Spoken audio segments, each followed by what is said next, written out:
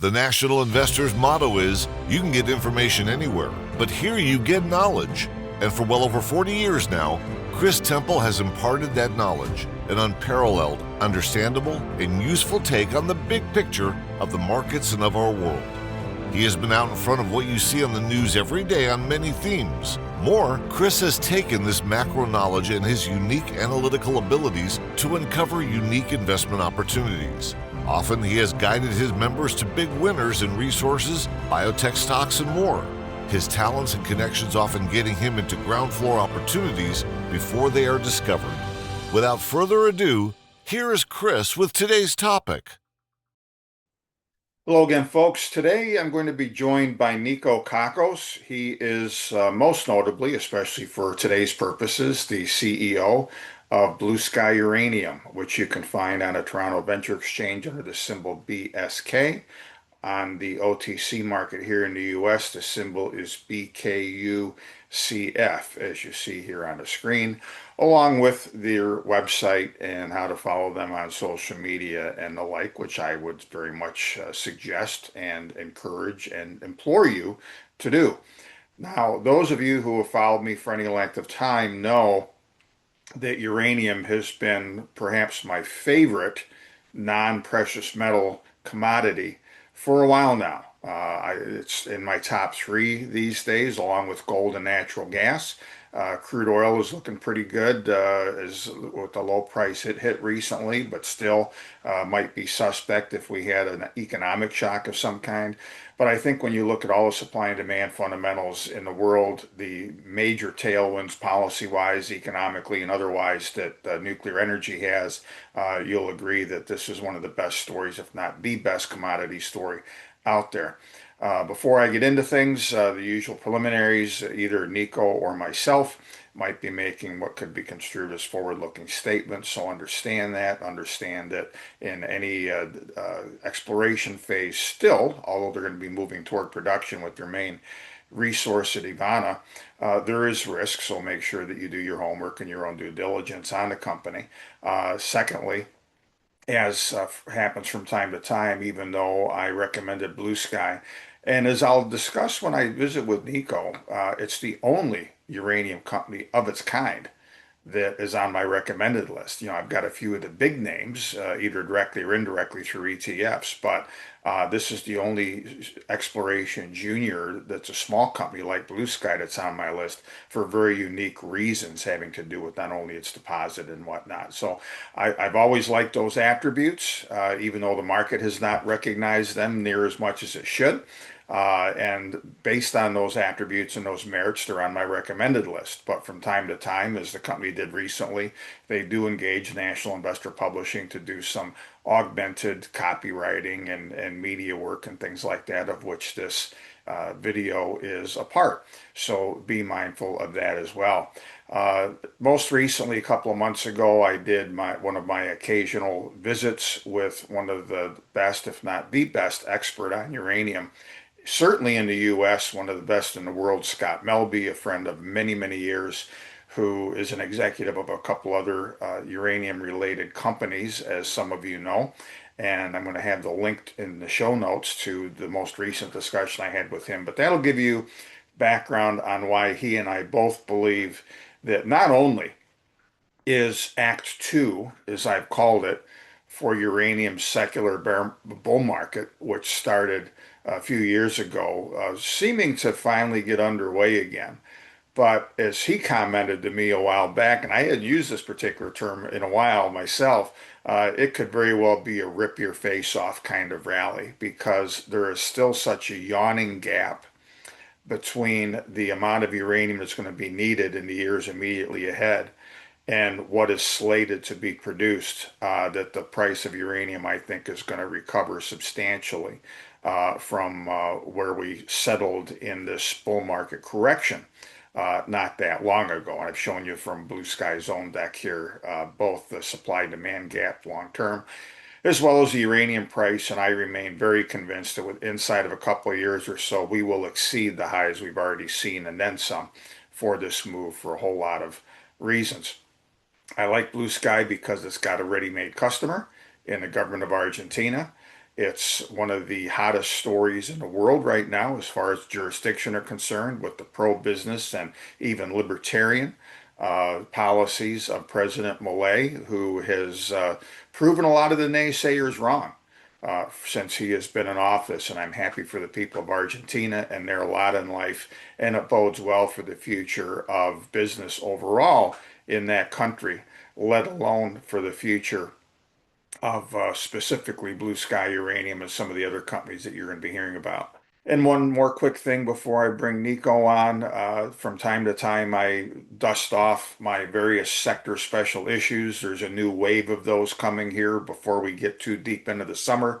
One will be an update on uranium and nuclear energy, and you'll read about Blue Sky as well as a few other companies in that as well. So if you're not already on my list here at the National Investor, make sure that you get on that list because that will make those things available to you. And here is my old friend Niko Cacos, the CEO of Blue Sky Uranium, and also CEO of Argentina Lithium and Energy, and most recently of Golden Arrow Resources. We're going to mention those other two at the end, but right now this is all about uranium, isn't it, Niko? Absolutely. Uranium is all the buzz right now.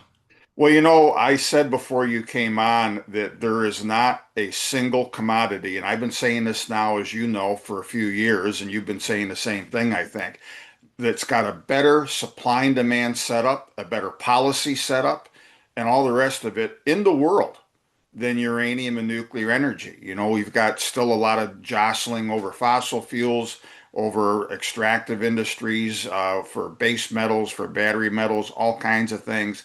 And yet it seems like everybody is on board with nuclear energy to the point where even Germany recently, if you saw, dropped their opposition in the EU to Yeah, nuclear energy. absolutely. And you know, and it's not just because things got set up like that. It's the commodity itself. You look at uranium, and in terms of compacting stored energy, it's the most efficient form known to us today. Right.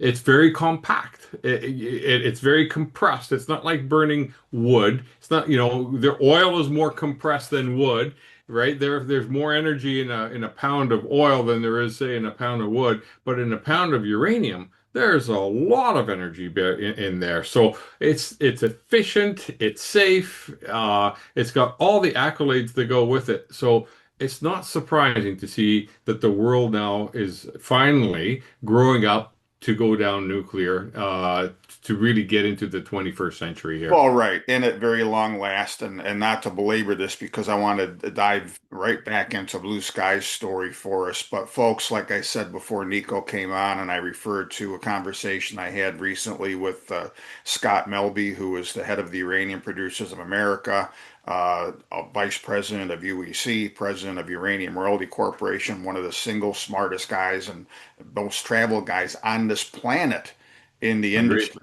Yeah. And you need to watch that video that I referred to earlier to give you a lot more of the background on why the ship is really sailing now for uranium and why I think that our Act Two for the long-term bull market in this sector is underway, which is finally going to recognize companies like Blue Sky. But, you know, for you guys, Niko, Blue Sky, and more so the Grosso Group, which has been the overseeing company for a lot of projects in South America generally, but mostly in Argentina. This is hardly your first rodeo for old Joe Grosso and the rest of the crew, is it? Absolutely. No, we've got, a long history here in exploration and a really long history in Argentina. Joe Grosso really is the person who uncovered this opportunity back in '93. He went to Argentina to visit family there because there's a lot of Italians that live in Argentina. And at this function, he met this person, Dr. Mendez, who was the chief geologist for the organization that ran the state-owned company that controlled mining for many, many decades. And he brought up to his attention, he said, look, we've just changed in Argentina for the first time. We're allowing foreign investment into the country. And then Joe said, you mean prior to that, there's been no exploration? Well, he says there's been a little bit, but he says the government has never had the money to properly explore it. but this is the seventh largest country in the world. It's virtually unexplored. I mean, this is ripe for picking.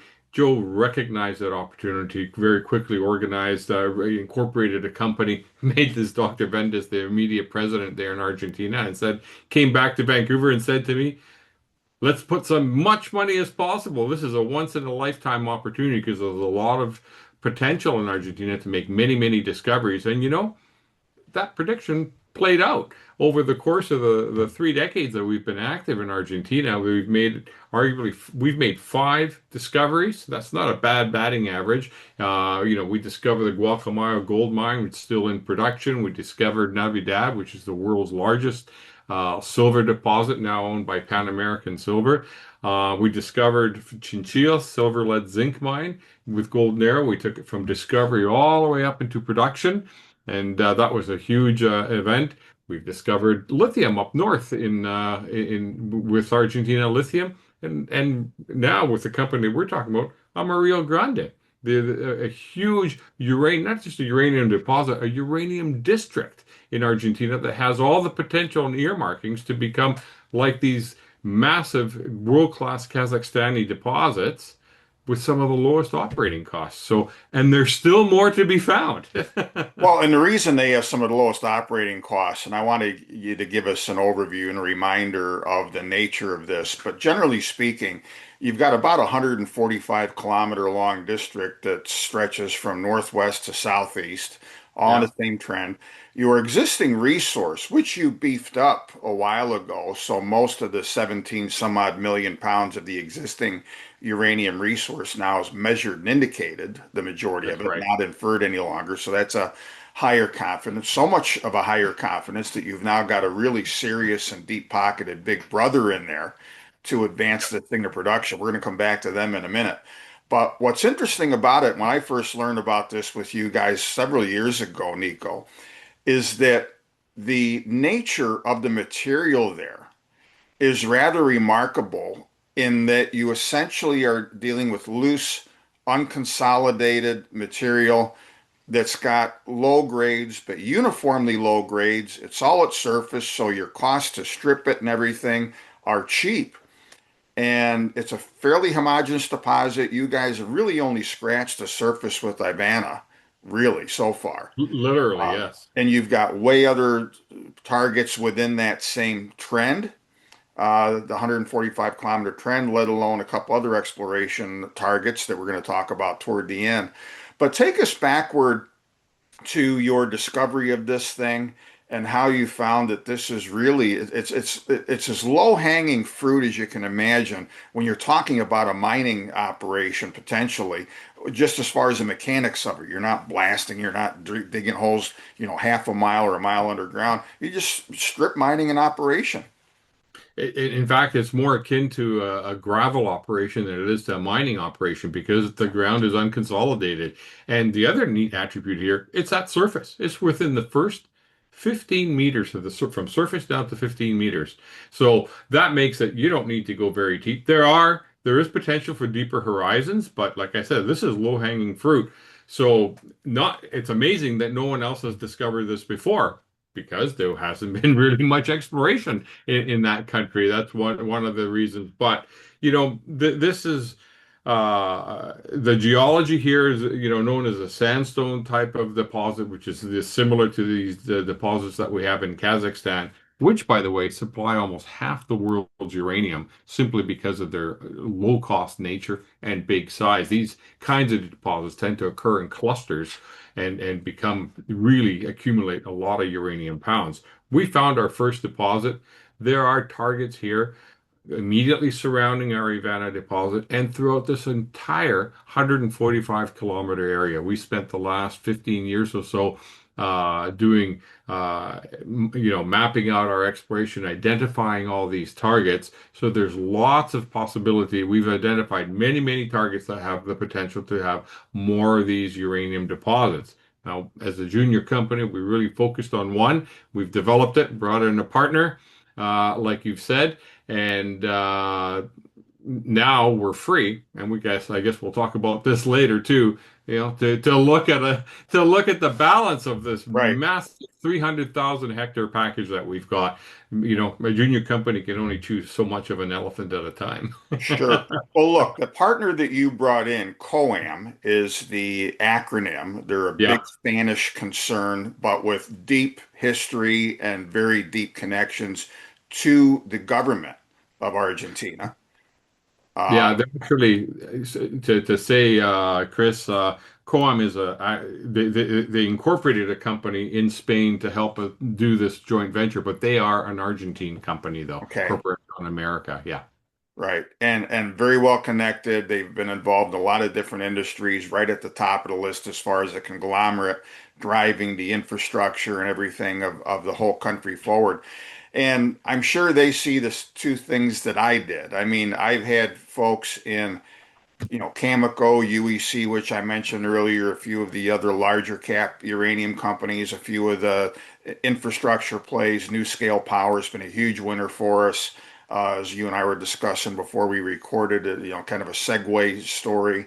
Um, but by and large, the exploration juniors have kind of languished. And I think it's been for two reasons, chiefly. First off, as with every commodity, when they have a bullish move, if when investors start coming in, especially institutional investors, they want to buy ETFs. They want to buy the known Yeah. vehicles like the Camecos, like the UECs, et cetera.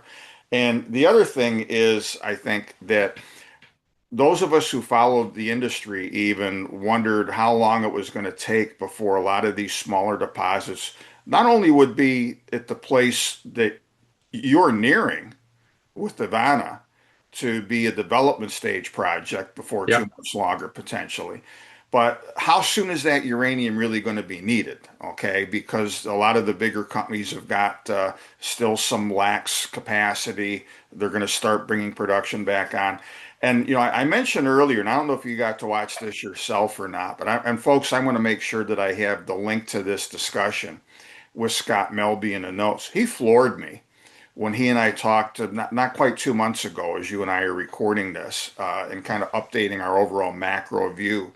And he insists, and I used one of your own slides before you came on, Niko, that this gap between the supply that is needed for all of the ever increasing plans Yeah. for reactors, refurbished reactor. Who the hell ever thought 3 Mile Island was going to be a story again? I Yeah. mean, that's what the need is for nuclear power, and Yeah. uranium is just kind of crawling behind. And so Scott made a point to me, which I thought was very interesting, that oh no, a lot of these smaller deposits are going to be needed sooner than you realize because Yeah. the supply demand cap is so long. But the big one for you guys is that you already arguably have a ready-made customer, and you're not going to be standing in line behind uranium juniors in the US or Canada or Australia or Timbuktu No. because Argentina itself has got an expanding nuclear energy program and initiative, just like many countries do these days.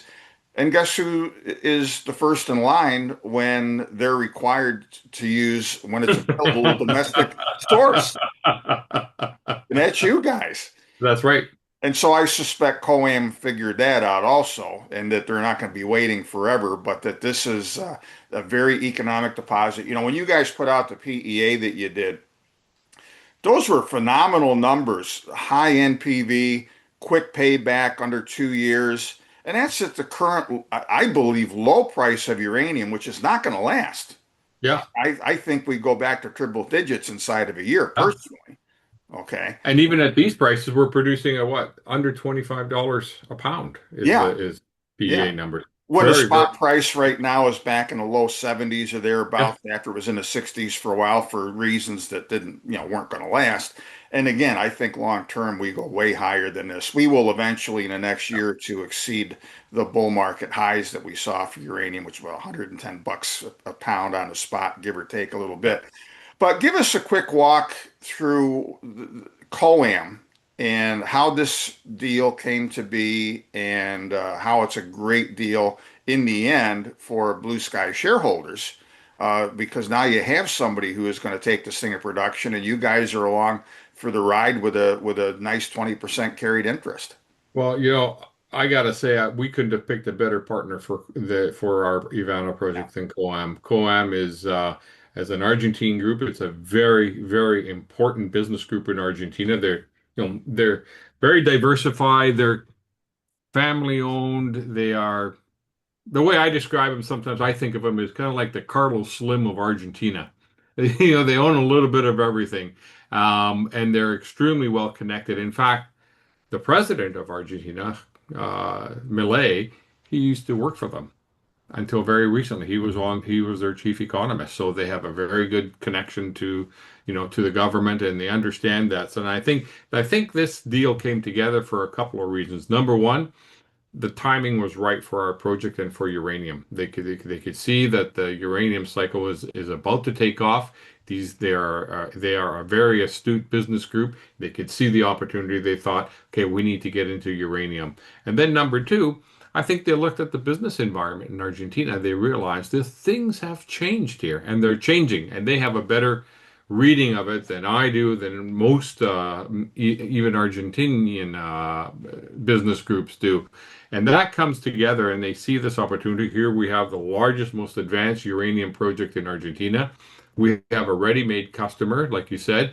We are very, just we could become Argentina's first domestic supplier of uranium. And they did an extensive due diligence, and then they realized that we did a deal together. And for us, it's a great deal. Why? Basically, it's a $200 million deal for Blue Sky, for a company that's got a fraction of that in market cap. It allows us now they have to complete a feasibility study over the next 3 years, and then pay for all the way for production. So they get 80% of the project. Ultimately, we get a 20% carried interest all the way through into production. We don't have to put a penny more into this project. It's already paid for. All the expertise and everything is all in there. So from our vantage point, we have paved the way to become a developer and ultimately a producer. And now we can focus on other opportunities in the exploration field. That's where we excel at, and that's our core business. Well, that's great. And I know that just recently you announced that the drilling program that is going to continue to hone in on the most economic resources, perhaps add to them. We'll see what happens down the road. You accelerated that and enhanced the size of the program. And it seemed to me, reading between the lines, that they don't even want to take 3 years to do a feasibility study. No, no, I said that, and I should have qualified that statement. One of the reasons you saw the budget was doubling this year, we're looking to get a feasibility study done in the next year and a half. Yeah. They're looking to they're doubling up on that. And then that's the point at which you look at the results of that and you make a production decision. Right. And going into production, again, the idea is to let's see if we can get all of this done while the current government is in power. And I think over the next 3 or 4 years, I think we have an excellent chance, to make this attempt to go into production and be a very near-term producer. I couldn't agree more. And again, that's the reason why Blue Sky Uranium, with all of the other uranium exposure I have in my newsletter, at the moment at least, is the only small junior explorer, because you've got this fast track, I think, that the other Yeah. companies, besides the great project that you've got. I mean, there's no question about that. Refresh my memory real quick too, Niko, as far as Argentina is concerned. I mean, I'll put the slide back up here again from your deck. They have an existing nuclear energy program. They've got a few reactors in the country. They're looking to build other ones. Like so many other countries, they've realized that with all of the talk and virtue signaling and whatnot, if everybody wants to be green, solar and wind power aren't as green as a lot of people think. They've got their place perhaps in their applications, but there is no more reliable 24/7 source of power than either fossil fuels or uranium. And Period. and and End of and, story. and yeah, and Argentina is not a newfound convert of this. They've been in the Right. nuclear business now since the 50s, almost as long as the U.S. has. They have a Right. very sophisticated nuclear industry in Argentina. They're involved in the development of small modular reactors, which you talked about, before we came online here. They can enrich their own uranium in the Mhm. country. There are a few countries that can do that. Yeah, So right. they've got all the regulations, all the rules for putting a uranium mine into production are already in place. It's already prescribed. It's kind of like following the rules to put a copper mine into production or a gold mine production. There's nothing that needs to be delayed. So we can certainly get this fast track. There's an understanding and an acceptance of nuclear power in Argentina. And by having domestic supply of uranium and nuclear power, the country becomes less reliant on having to source, deplete its currency reserves to import oil and other commodities that it's going to need. And right now it's buying uranium, from abroad too. So it's a form of security and supply safety that the country is also looking at. So Argentina is just an excellent place in which to be developing a uranium mine. Well, and I'm glad you pointed that out because I've said in several other contexts recently, and will be in the near term as well, including uranium-centric special issue. I'm going to augment it imminently that Blue Sky will be featured in, as well as a few other companies. But everybody, it's not just me sitting here in the U.S. and listening to President Trump, and we're going to reshore this, we're going to reshore that, and everything else. A lot of it's a whole lot easier said than done. But Yeah. whatever the tools are that are needed in the policies and the economics and whatnot, the fact of the matter is that this trend has already been underway for a while, that every country is going to have to look to their own resources much more so than in the past for a whole host of reasons that would require three other discussions, Yeah. which we won't get into today. I And agree. so again, this is part of the unique story, folks, for Blue Sky, is that they are going to play into this essential theme where the government of Argentina is concerned and its own energy independence. And it actually is legislated down there that if there is a domestic source, the government Yep. must use it. So Absolutely. they're waiting. I Oh, mean, as soon as you guys are ready, they're more than ready. they're watching us. We're always in Right. contact. We're always in discussions. They can't wait to see us get going. And now we have a direct pipeline to the Right. president too. Yeah, So and this, you can't have a better big brother to be taking us to the finish line than you do yeah, with COAM. So moving on from that, they're going to be working on getting the existing resource buttoned up, maybe augmented, get it ready for development, et cetera. You guys have got a 20% carried interest, but you got a lot more ground down there. we have a And lot more. Yeah. so give us the highlights, Niko, of what you're looking to do with Blue Sky's remaining 100% owned projects in the near term. I mean, still as a junior, you've got to be judicious about capital raising and what you spend in Yeah. exploration, at least until the market gives you better recognition, which is way overdue, Yeah. in my opinion, of course. But give us a quick version of the story as to what you're going to be doing next outside of the existing resource. Well, just to preface my comments, I think, our market cap is already gonna starting to get the attention of some of the more institutional investors. They're already reaching out. I'm having these discussions, so I'm hoping that this will translate into a shifting market cap to get better valuation for our company. But like you said, yes, I mean the Ivana deposit occupies an area of 5 kilometers by 5 kilometers square. It's a small area compared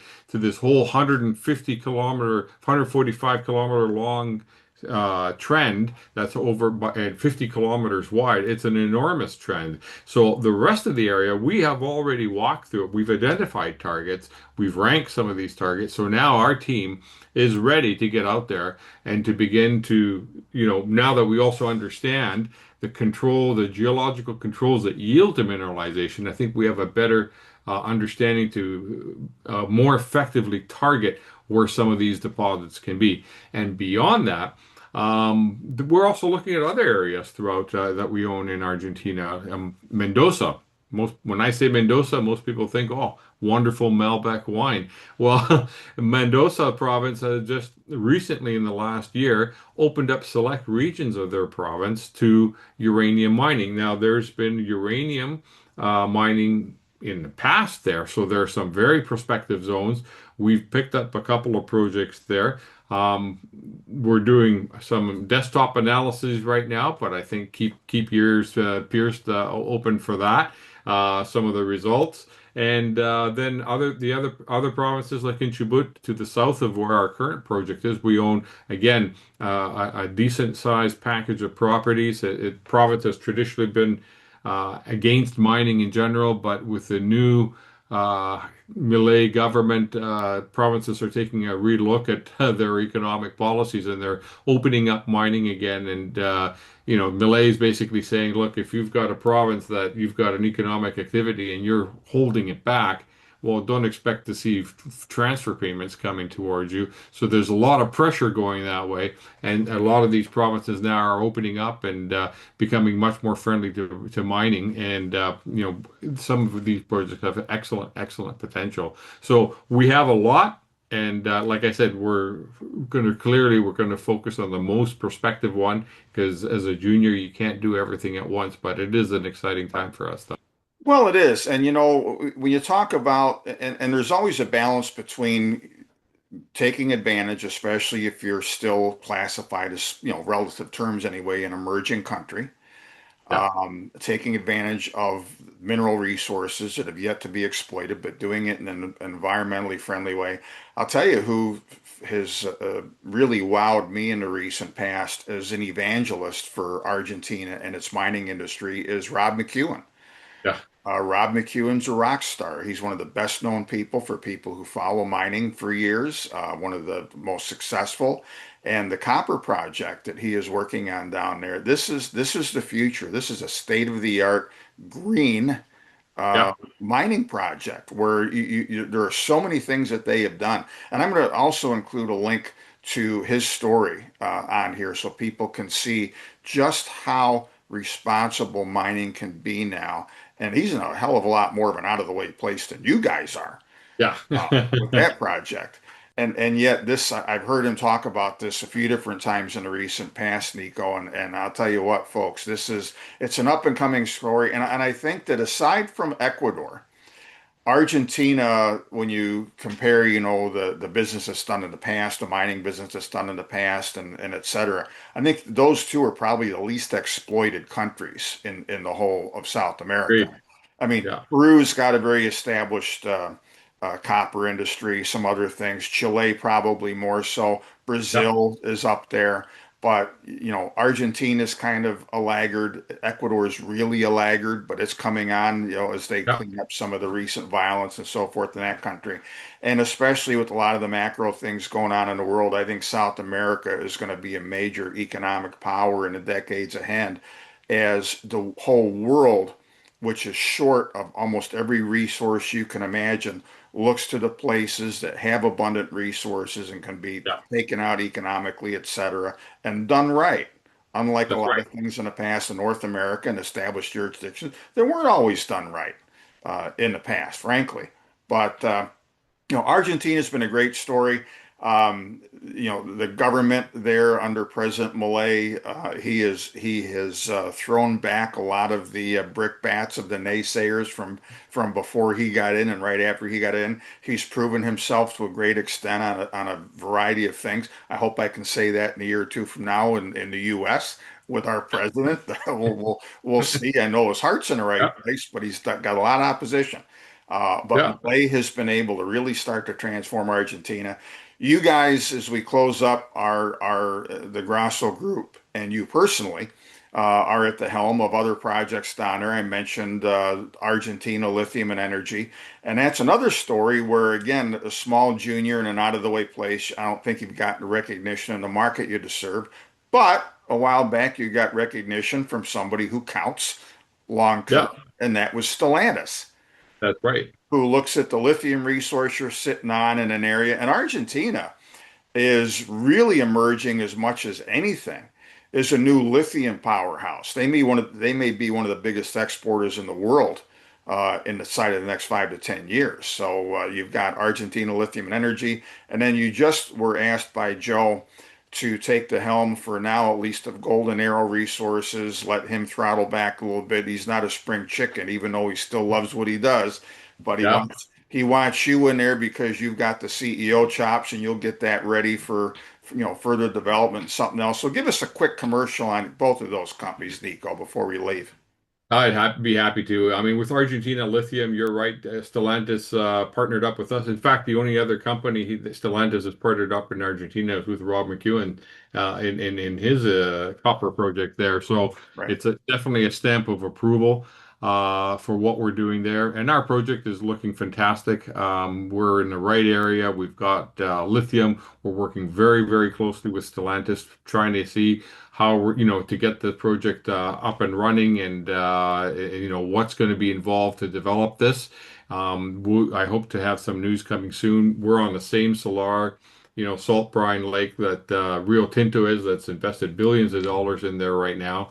So we're definitely in the right area. And Argentina, northwestern Argentina, no doubt will emerge in the next few years here as the world's best powerhouse for lithium, not just in size, but also because when it occurs in brine, it can be extracted relatively cheaply, and direct lithium extraction technologies have come a long way over the last few years. And So it's it's and it's why the hottest stuff in North America right now are projects that can be produced with DLE yeah, technology, direct lithium extraction, to the point where a couple of the major energy companies, oil and gas companies, have invested in or brought on this technology because now they're figuring out that, hey, what's one of the biggest waste products when you're drilling for oil and gas? Water.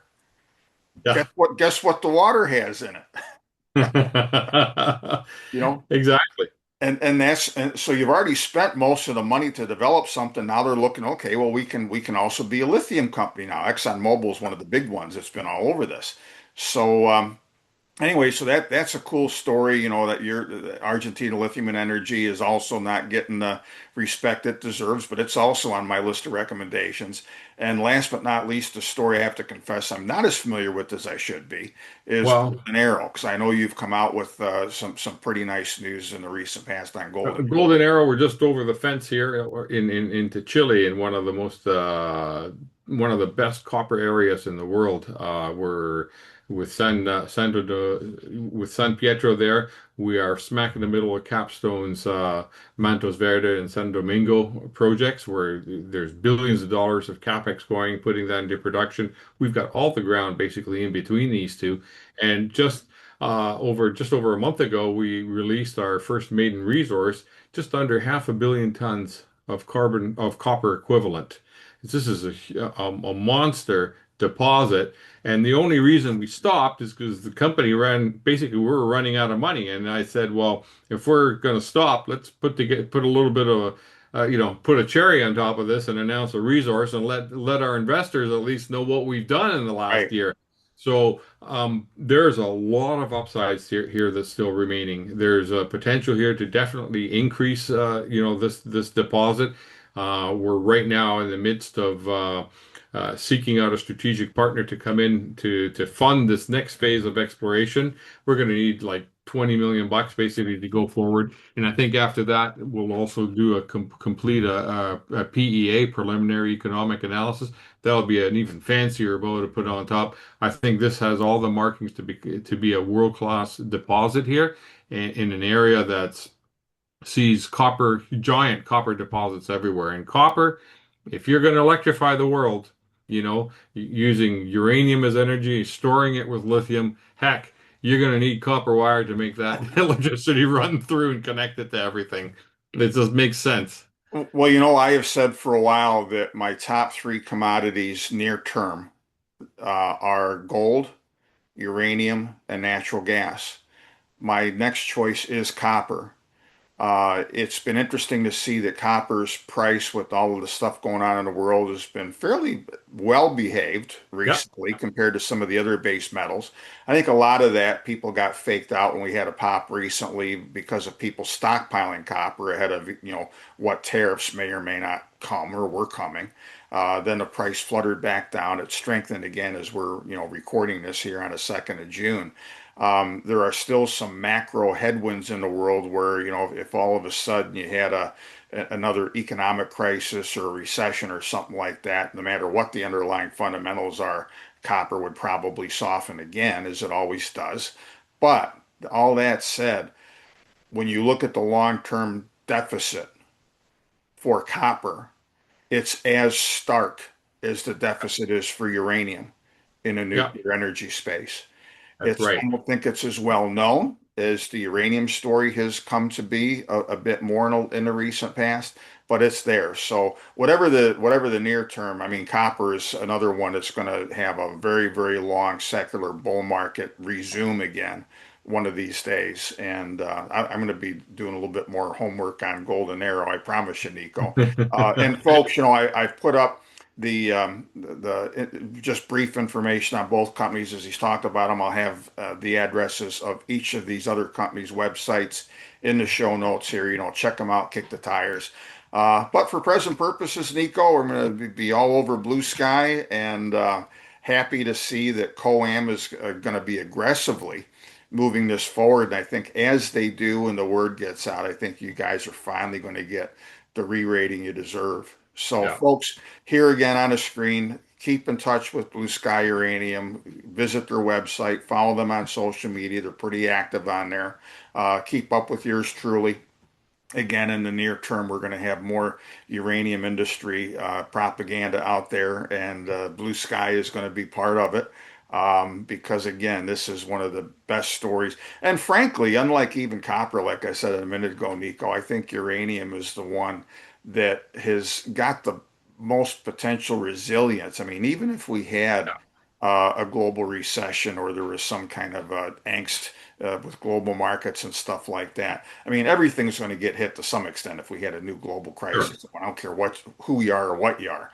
But as far as the fundamentals that are in place and what the world needs going forward, whatever interest rates are, whatever this, that, or the other thing is, the world needs juice and Yep. lots and lots and lots more of it.